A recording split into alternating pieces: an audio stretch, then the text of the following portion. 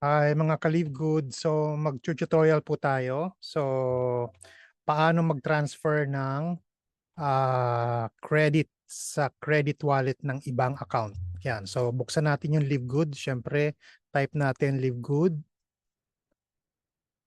Yan. And then member login dahil member po yon. So magla-login tayo. So papasok yan sa Live Good. Ayan. So pag nandito na po tayo sa Live Good, login, click mo tong login. And then dahil naka-program na po yung sa akin, so ayan, so ito yung isang account, magta-transfer tayo from this account to another account. So pag nandiyan na yung password, log in now. Ayan, so nandito po. Ayan, so ito yung isa kong account. So pupunta tayo sa My Earnings. Yan. So dito sa My Earnings, yan dyan, iba-iba po nga mga nandito. So punta tayo sa credit wallet.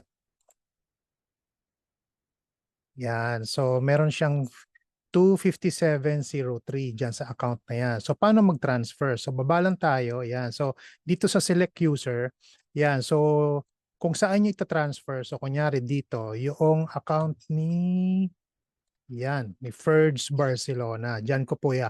Mamimili kayo. Kung alam niyo yung ID number, pwedeng ID number. Pero kung alam niyo naman yung username, pwede namang username. Isa lang yan sa dalawa, pwede na. Ayan. So, tas baba lang natin. Tas makikita niyo dito, choose credit type. So, yan. So, transfer credit. Kasi ang tina-transfer ko, credit. So, transfer credit and then continue. Yan. After nyan, yan. So mamimili na kayo kung magkano. Okay? Magkano yung amount na itatransfer nyo. Sabihin natin itong 7.03 yung butal. Yung 7.03. So yan. So pag nakapamili kayo ng amount, click nyo lang yung continue. Ayan, continue. Ayan. So magko-confirm pa yan, yung step 3 confirmation. So hindi basta-basta matatransfer yon kasi kailangan yung i-check kung tama ba yung information ng padadala nyo. So yan, so First Barcelona, yan, so tama naman, okay? So tama po siya. So dito, credit transfer, so sabi dito, here is the credit transfer you are making on behalf.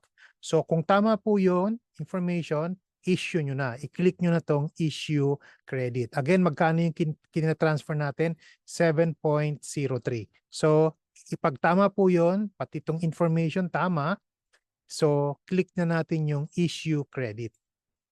So, another confirmation. Again, pag nagkamali, so talagang dito, bago talaga tayo makapag-transfer, ang daming confirmation. So, ito na naman yung dialog box. Sinabi dito, are you sure you want to issue credit to this account? Yes. So, click lang natin okay. Yan. So, yan. So, nabawasan na po. So, makikita nyo dati 257.03 dahil tinransfer ko yung 7.03, nabawasan ng 7.03. Kaya naging 250 na lang siya. Okay? So, credit successfully issued. Okay? So, pag okay na po yan, wag nyo na itong pinduting continue, mag-log out na po kayo. So, log out na. Ngayon, checkin natin yung isang account na pinadalhan natin.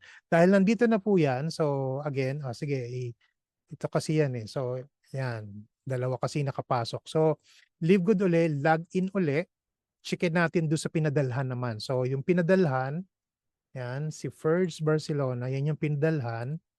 So, log in now. So, checkin natin sa credit wallet. Okay? Ayan, tingnan natin yung credit wallet. Doon din sa My Earnings. Ayan, My Earnings.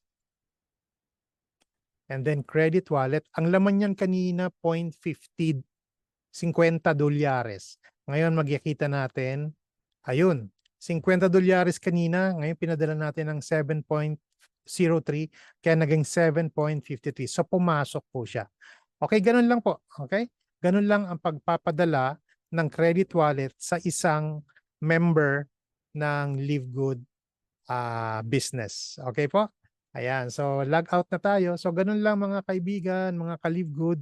So check nyo rin po yung iba kong mga tutorials dito sa aking TV Ferds YouTube channel. Until next time, kalib good. Bye-bye.